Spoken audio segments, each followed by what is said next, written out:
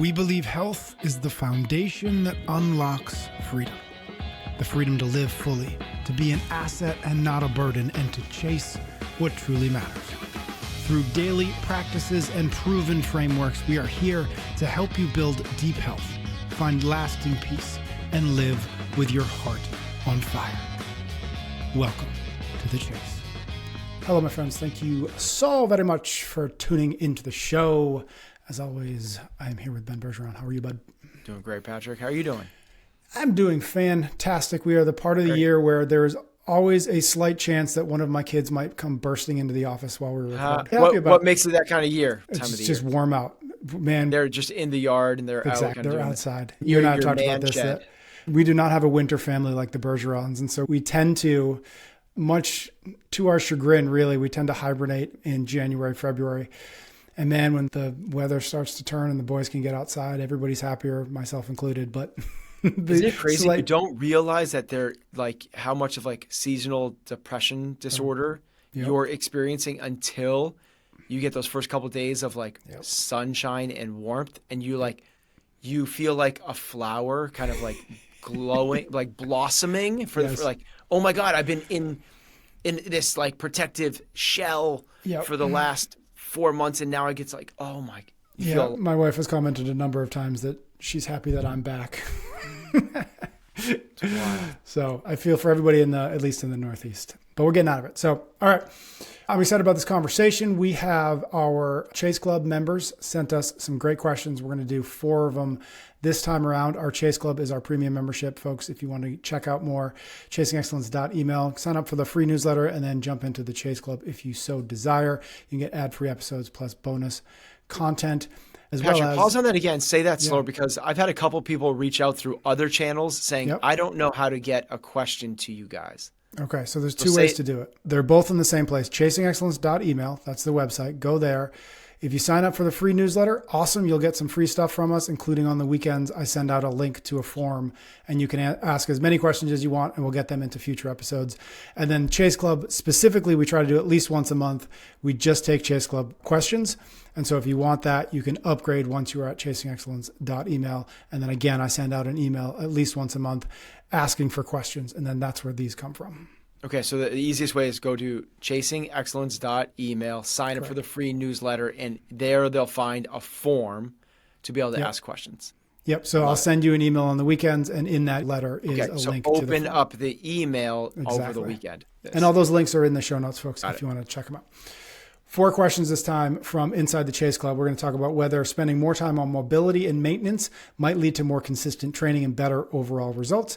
We're going to talk about the different approaches for AMRAP versus 4-time workouts, what to do when your kid doesn't want to participate in sports or other activities that we know are good for them. And then the last one we're going to do is thoughts on how to incorporate swimming into a training plan. So 3 training questions and then 1, maybe more in the connect bucket. Yep. Cool. First one's from RJ. How do we find more time to mobilize and stretch and generally perform joint and soft tissue maintenance? Even the most intentional of us, except many professional athletes, operate from a body maintenance deficit. Recalling that a balanced exercise routine has the largest impact on fitness, it makes sense to put most of our fitness time, quote unquote, in that bucket. Yet the more time we give to maintenance, the less likely we are to get knocked off our routine due to fitness. I understand that we don't want to spend all of our fitness time doing maintenance, but it seems to me that most of us need to spend more, not less time in this category. Are there maintenance opportunities throughout the day that we might be missing? Kelly Starrett often talks about doing mobility and stretching while enjoying a book or a TV show at night. I suspect that this is a muscle that we could exercise and find many opportunities we currently do not make use of. Yeah, great. Let's talk about where this fits in, and then we'll talk about how to fit it into your day. Having access to functional ranges of motion, really important for performance, for health, for vitality, and health spans / lifespan. I think it's one of the 3 major tenets that we should be focusing on, along with strength and conditioning. So strength, conditioning, and functional range of motion. Functional range of motion comes down to 3 different things. It is flexibility, mobility, and stability. We talked a lot about this when we were kind of doing our How to Get Fit series. little series. Yep. Yep. So I won't go too far into that. as, what was his name? Gary? RJ. Sorry. Just took Gary. a, was it Not even Philip? close. RJ. I do think it is one of it's like, this cannot be ignored in order to have what we're looking for, which is the ability to do anything and everything at all times. We need it. The science that I've seen to date wouldn't back up your claim, though, that it is more important. We should be spending more time here than the other ones. So I'm not diminishing it. It is, to me, it's one of the 3 things, and there's only 3 things. That list could go on for CrossFit as 10. It could be way bigger than that. I think it's one of the top 3, but it's not as impactful as the science is showing right now, as the real science is kind of like leaning into VO2 max. It's where just the science is. It's not saying that's the thing, but basically like your aerobic conditioning and then muscle mass and strength. Those are a little bit ahead of range of motion, but not much. So I just want to say, like, let's not throw the baby out with the bathwater and just become flexibility gurus. Yep. It's not about that. It needs to be a part of it. So how do we talk about making it a part of it? Here's the way to do this. First one is spend the time before you train to be able to get yourself comfortably into those full ranges of motion. Can you get to a full depth squat? If you can't, then do the necessary stuff to be able to do that. If it's Spider-Man's, if it's pole prying, if it's holding the bottom of a goblet squat, if it's the couch stretch, if it's Samson, whatever. We want it, whatever that time is. That time is going to be different for everybody. So we need to be able to have the flexibility, the ability to get to these end ranges. Basically, really like the range of motion about a joint, like how stretchy are your muscles, and then all of the joint capsule, ligaments, and tendons, all the things that are incorporated in that. Really, like how far can you go? And then from there, and we want to take the time to be able to get there. And this is what kind of dictates it. The kind of crude, and this is what I'm talking about, is before workouts. The kind of crude suggestion here is 10 minutes for every decade. Of your life, I assume. Of your life. Yeah. How old are you? So if you're 40 years old, you might want to spend 40 minutes doing this stuff. Yep. Now, I get it. It's like most people don't have 2 hours to do this. So they're not going to spend 40 minutes of their hour training session doing this. But it's also saying it's not wrong to get to RJ's, I won't say Gary again, to RJ's point. This should probably take up more time than we're giving it. So if you can't get to below parallel squats because you're so tight, this dictates the need. It's not necessarily about loading you up heavier and going from a 275 to a 345 back squat that's above parallel. It's about getting below parallel. Like stay at the 275 and get yourself bigger ranges of motion. That's more important. So we put in the time beforehand to make sure we can claim those end ranges. What are those? There's 2 real big primary ones. I've already leaned into one a lot, which is, can you squat essentially ass to ankles? Do you have the full, because this incorporates the ankles and the hips. You need both of those to be able to do that. Those are our 2 big rotation joints. So there's rotation and hinging. You can think of your body in a series of cylinders, starting with your ankles, which is the first cylinder. You want lots of flexibility and mobility about your ankles. The next one up is your knees. It's a hinge. You actually want stability in your knees. The next one up is your hips. That's the next cylinder. That is, you want mobility and flexibility in your hips. The next one is your lumbar. You want stability in your lumbar. The next one up is your thoracic.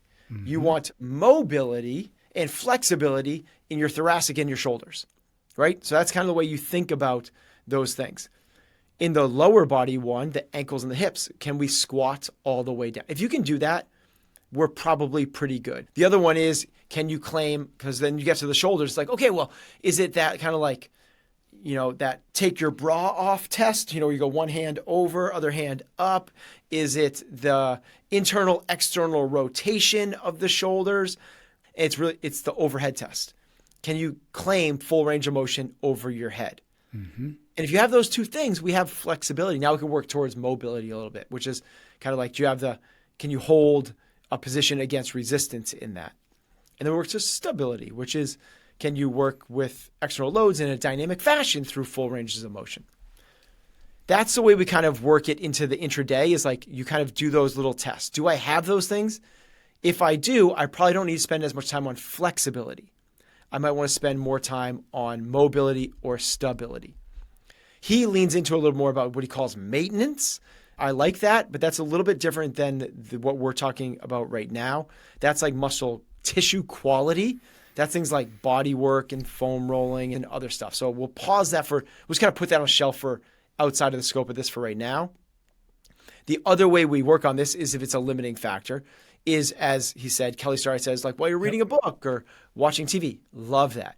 My big thing is at kids' sports practices. Yeah. I'm the weird dad that's on the ground doing Kelly Starrett things of creating shapes, as Kelly would say, like creating like 90s and like doing a pancake and trying to get into certain stacked legs and like a fire log position, like a meditation pose, and kind of getting into Spider-Man-y type stuff and try to sit in the bottom. One of Kelly's early things he did a long time, I think it was like episode 3 of the mobility WOD when it was back then before TRS, the ready state, was 10-minute squat hold. Can you just hold the bottom of a squat for 10 minutes? Yep. Like those are great things to be doing when you're passively doing nothing else other than sitting or standing. Yep. Like it's okay to be the guy that is kind of chasing these other things while you're watching your kids' games. Or you're the person that really wants to watch Game of Thrones for the 3rd time, or Breaking Bad, or Patriots games, or whatever it is. Yeah, you got 3 hours in front of a screen there. Like, be proactive with it. It's the way to not do the other. It's like like, okay, if I'm going to do this other thing, what am I going to give up? Like, you don't have to give up anything else other than doing it passively. You just have to be a little more intentional with your TV watching, a little more intentional with your kids' sports games. I remember seeing a video from Kelly, and maybe it was Juliet too, but they were just walking around their house and showing all the little places that they hide various mobility tools so that it's always within reach. Like if they're on the floor, there's something right under the coffee table. If they're at the desk, it's right over here. So just making it easy to make the choice to not just be fully passive, but in fact, with some intention, aim for this. Real quick, so you laid out strength, conditioning, and functional range of motions as the 3 pillars that, our fitness needs to aim for. Given that, at the gym itself, do you, again, as a gym, as coaches, how do you take responsibility for helping your athletes do that? Or is it simply kind of like you laid out at the top, which is, if this is important, and it is important, but it's your responsibility to come in 30 minutes before class and handle that? Or have you all found a way to incorporate this in some way inside of a 60-minute environment? Yep, it's incorporated into the lesson plan. So there is a place for the flexibility. There's a place for the mobility. There's a place for the stability. It's all incorporated into the class. Cool. So it is possible. That's really the question. You can fit all that in. Love that. Okay, cool. Let's move on to our next question. This is from Steve. How do you mentally tackle a workout that's an AMRAP versus a workout that's 4-time? What's the difference in tactics? And an AMRAP is as many rounds as possible for folks who don't know what that is. Yep. So this sounds like a really nuancy, but this is actually, I think it's a great question. It's something I talk about with my classes and with my athletes for sure. He's asking a question because AMRAPs can be way more challenging and daunting than a 4-time workout. Because a 4-time workout is essentially like the faster I get done, the faster I'm done. Whereas in an AMRAP, the faster and harder I work, the more I have to do. Exactly. So it's a harder thing to navigate. It also is more challenging to know exactly kind of where you are in the workout, because if your pacing isn't good, if it's an AMRAP 20 at 10 minutes, you really don't know if you're halfway or not. You know halfway from a time perspective, but not from a work perspective. Here is the way to navigate this is when you get done with round 1 in an AMRAP, look at the clock. Round up and figure out really quickly how many rounds you're going to get. Yep. And that's all of a sudden now, instead of like, because it's so demoralizing, right? In a AMRAP 20 to be like busting your butt and like, you're like, oh my God, I'm redlining. You look up at the clock and you have 12 minutes, you're at 8 minutes in. Yep. Whereas if you didn't even need to look at the clock, if after round 1, you went, okay, that took me 2 minutes. Yep. 20-minute AMRAP. What I said by round up, I mean like, let's say you finish in 1:44. You go, okay, each round's taking 2 minutes because first one's always going to be the fastest. Yep. So you kind of like get to the closest time level up. You go, how many rounds am I going to get? Yep. Round 2 So minutes, now you you're get 10 aiming rounds. for 10. Exactly. So this is now a 10-round workout. Yep. And I do this with all my athletes. And when I'm on a team workout, I do this with the teams I'm on. On Saturdays, we do team workouts. We all do it CompTrain. We all do team workouts on Saturday. And this is what I do. We kind of like do AMRAPs. And I just say, after the first round, I tell my team, I'm like, okay, guys, we're going to get 7 rounds. The goal is to complete 7 rounds. And when we're halfway through it, I don't say 14 minutes left. I say we're on round 3. We're starting round 4. Let's get to 7. And now the finish line is you're chasing you just basically turn it into a rounds workout instead of a AMRAP. Yep. Do you think that works because it's something we've talked about before, but do you think that works because you give yourself a bit of a story in the sense of a beginning and a middle and an end, whereas the clock for some reason doesn't feel the same way? But if you say you're going to do 6 rounds, at round 2, you're like, okay, I'm almost halfway. And at round 4, you're like, well, I'm almost done. And then round 5 or round 6, I'm basically finished. Is that sort of why you think that as a mentality or as a mindset might be more effective than just consistently looking up at the clock and hoping that the pace doesn't fall off? Yeah, I think there's something to do with human psychology that it's a better framework for us. Yeah. Like, tell me the work I have left to do rather than how long I need to do this. Yep. And if I do this harder and faster, you're telling me I need to do more work? That just doesn't compute for us, I don't think. Yep. Right? It's like, no, if I go harder and faster, I should be done harder and faster. So that's the way you want to do that is like, okay, I'm about to get 7 rounds. The goal is like, can I crack into that 7th round? How close can I get to 8? It just works better with our framework, whether it's the beginning, middle, and end thing. Yep. It's the same thing with something like fortitude, right? Which is an EMOM 30. Like you turn it from EMOM 30, which is very daunting, you turn it into 15 rounds. And right there, it's like, okay, 15 rounds, got it. Now I have the first 5, the middle 5, and the last 5. That's very, very different than looking up at the clock, seeing 11 minutes on the clock and going, oh my God, I have how much more time to do this thing? As opposed to, okay, I'm starting round 7 of 15. Mm-hmm. Like it's very, very different than it's for some reason our brains work better that way. Let's pause to say thanks to a few sponsors and we'll be right back to the conversation. We're brought to you by the Defender, a family of vehicles engineered for modern adventure seekers. Explore the full Defender lineup at LandRoverUSA.com. You know that feeling when you're pushing beyond your comfort zone, when you're reaching for something greater. That's exactly what the Defender was built for. With 3 distinct models, the 90, 110, and 130, there's a Defender perfect for every explorer. The 130 offers seating for 8, making it ideal for those grand family adventures. From its robust materials to its advanced 3D surround cameras with clear sight ground view, every detail is engineered to inspire confidence. Discover your next adventure at LandRoverUSA.com. This episode is brought to you by our friends at Momentous, the supplement company obsessed with helping you live better for longer. Start maximizing your health span today at livemomentous.com and save 20% with the code excellence.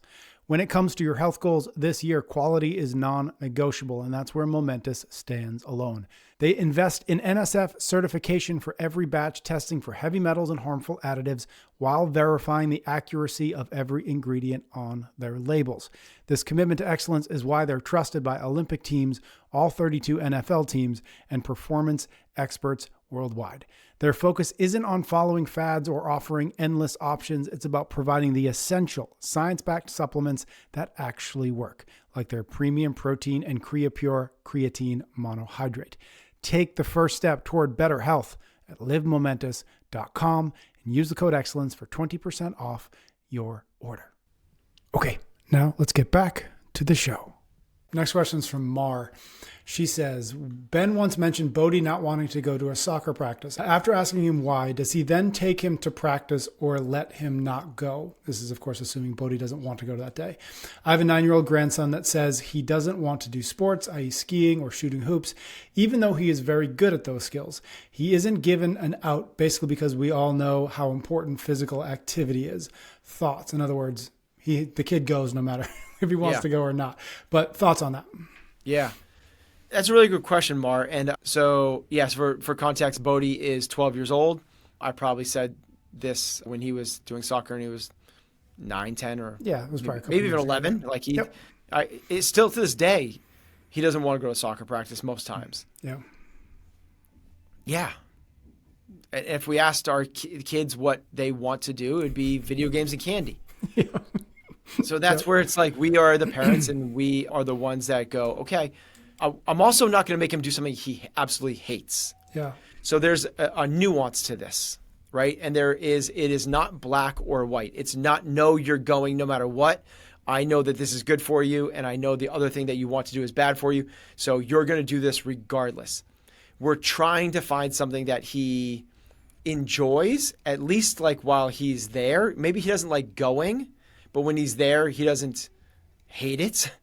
And afterwards, when we ask him, it's like, how was that? He's like, it was good. Like, not like, Dad, I told you, I hate that practice. I hate the coach. I hate it's not that type of thing. If it was, we would be looking for something else. But we'd also be looking for something else. We're going to try to steer his time, energy, effort into things that we think will benefit him in the long run. As Mar said, we know how beneficial these things are. And we're not going to rely on his undeveloped brain to dictate the things that he wants to do, because that would be sitting in front of games all day long, eating chips. And actually his thing now is he really likes tortilla chips and sushi. Good for him. He would rather have sushi than ice cream. I like Bodhi. Good on you, bud. Yeah. And he chose sushi over ice cream yesterday, which was wild. That's crazy. I would, I'm like, wrong answer. Dude. That was a test, Bodhi, and you failed. Yeah. Oh my God.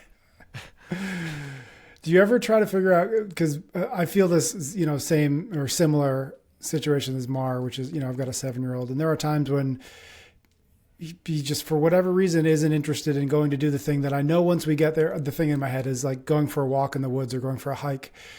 Almost always when we're like, hey, we're going to go for a hike, he's like, I don't want to go for a hike. Yeah. But then he gets there, he's like, you clearly love this. Like, you're running around, you're having a blast. And so do you ever, 7-year-old's a little bit different than 11, 12-year-old. Do you ever try to figure out on those days that he's like, I don't really want to go to practice. Do you ever try to figure out what is it that's creating this sort of resistance to something that yesterday you loved and tomorrow you're going to love again and in 2 hours you're going to love? Or is it at those times it's just like, you know what? Maybe he didn't sleep that good. Maybe he had a bad day. Maybe a friend of his said something that put him in a bad mood. Do you try to navigate that at all? Or is it just like, we're going, and if this keeps happening, we'll address it. But if this is just today, you're going. I think that's a great point, Patrick. Very, very much so. You try to psychoanalyze. You try to figure it out. And if it is just like, I don't want to go. Is it because of what the alternative is? Mm-hmm. Which is, I don't want to go. If it's, I don't want to go because I want to go to swim practice. Okay. That's like, as long as we're not quitting on a team in the middle of the season, at the end of the year, we can make that pivot. That makes a lot of sense. Let's steer them towards their passions. No, I don't want to go because I want to finish this YouTube episode of this reality family thing that they're watching. No, like that's not the alternative. We're going to be doing, if it's no, I don't want to do soccer practice. I don't want to do swimming. No, I don't want, because I want to try dance or music. Like, okay, like we can have that conversation.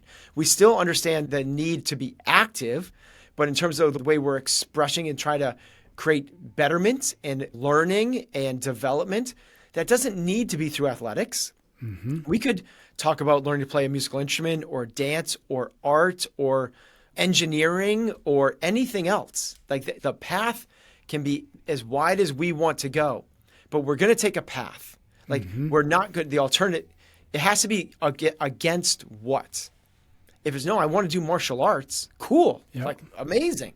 Let's go do that. No, it's because I want to sit here and play my video games.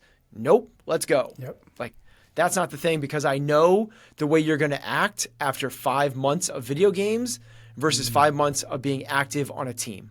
Yep. And forget that, even after 5 months, what's it going to look like after 5 years? And when the person becomes, we're trying to create well-developed adults.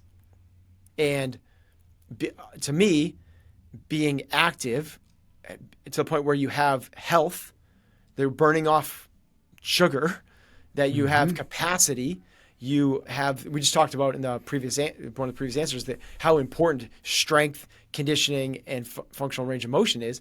In order to have that late in life, which is the number one indicators of health span and lifespan, meaning we are all so consumed about, this is going to be a tangent here, but we are so consumed, and everyone is, I've thought about this a lot, about how bad cigarettes are. Like everyone is like, why would you ever smoke cigarettes? Yeah, it's one of the few things we all agree on. Yeah. You know why we think that? It's because the government told us that.